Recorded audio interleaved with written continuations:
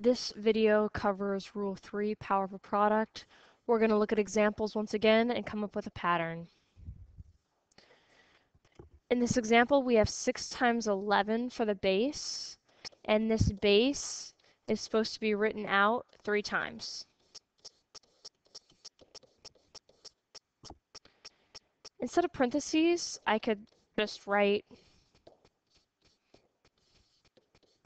a multiplication symbol in between each number. And then according to the commutative property of multiplication, I can reorder.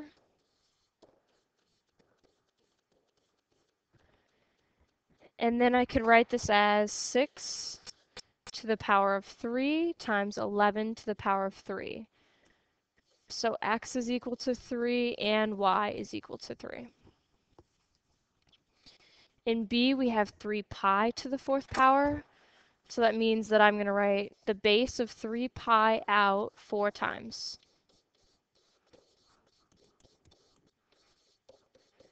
To show multiplication, I could also write 3 pi times 3 pi times 3 pi times 3 pi, which would be the same as writing 3 times pi times 3 times pi times 3 times pi times 3 times pi. According to the commutative property of multiplication, I can reorder.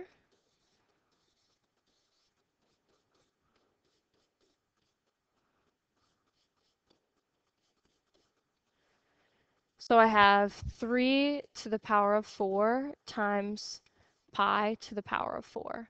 So x is equal to 4 and y is equal to 4. In example C, we have 2m to the power of 3. So I write out 2 times m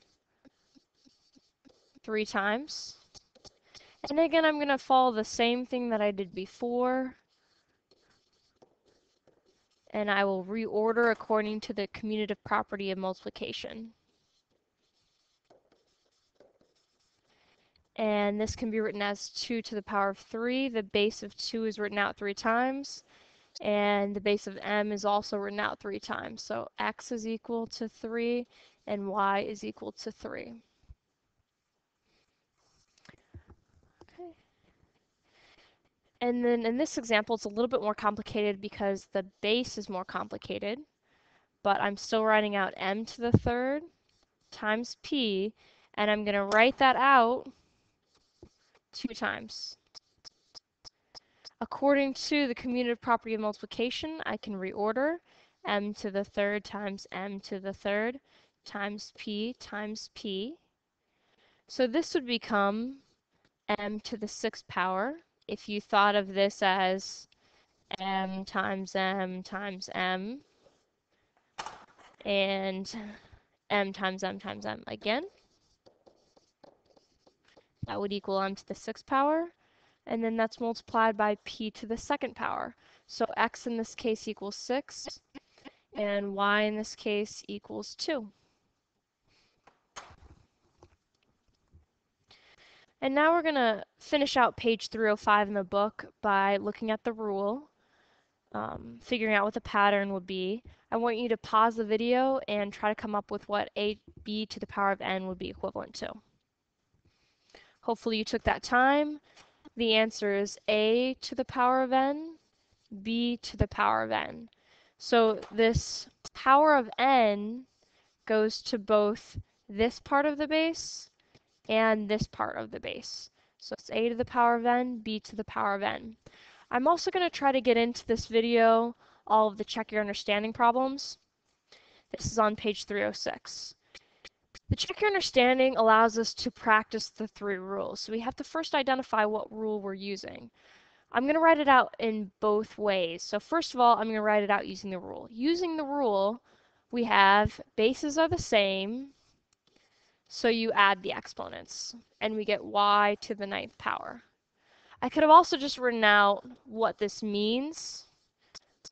Y times y times y, and then y to the 6th power means y times y times y times y times y times y. And in total, if you count it out, you're going to get y to the 9th power. So we're using that rule, basically the same, you add them up. Here's the next one. According to the commutative property of multiplication, I can reorder. This is really multiplication, this is really multiplication, in between here's multiplication, here's multiplication, here's multiplication. Since they're all separated by multiplication, I can change that order. So I'm going to put the values beside each other that can be multiplied. For example, 5 times x squared, I can't simplify that. But 5 times 2 I can. You get 10. Now I'm going to put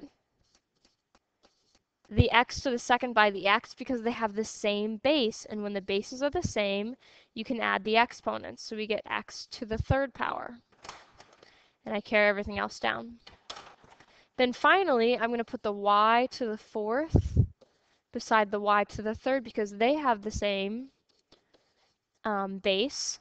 So we add the exponents. So we get y to the seventh power. So we get 10 x to the third, y to the seventh.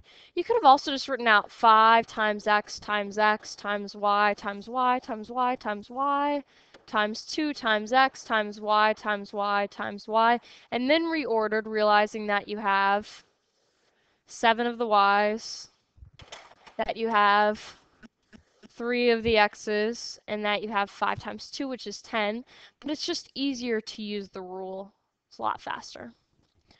Okay, let's look at C. In C, this is rule 3, where you take the 3 and you give it to each piece, so it's p to the third, q to the third. If you'd write it out the long way, it'd be pq times pq times pq, and when you reorder, it's p times p times p, q times q times q, which gives you p to the third, q to the third. Just, it's much easier to use that rule.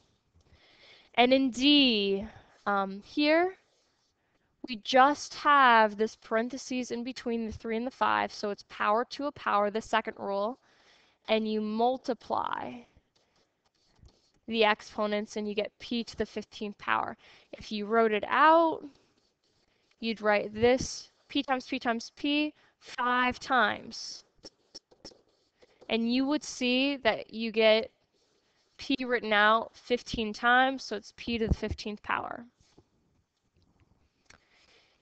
In E, we're going to use our rule. We take the 2 to the 7. We take the 2 to the p to the third. I'm going to put that in parentheses. And then we take the 2 to the q to the second. Take it to each piece. So we use rule 3 when you take the power to each piece.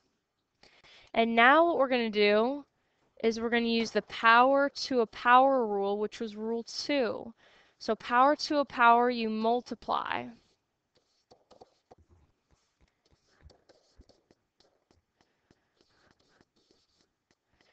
Three times 2, we get 6.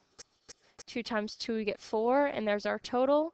And you get the same thing if you would write out 7 times p times p times p times q, and then multiplied it by the same thing, 7 times p times p times p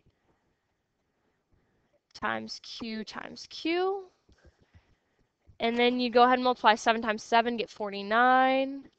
You'd realize that in total you have 6 p's and you have 4 q's, and you get the same thing that we got down here.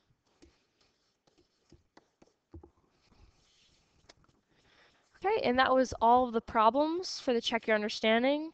You can always watch the videos again if you're having trouble understanding how to do the problems that we did.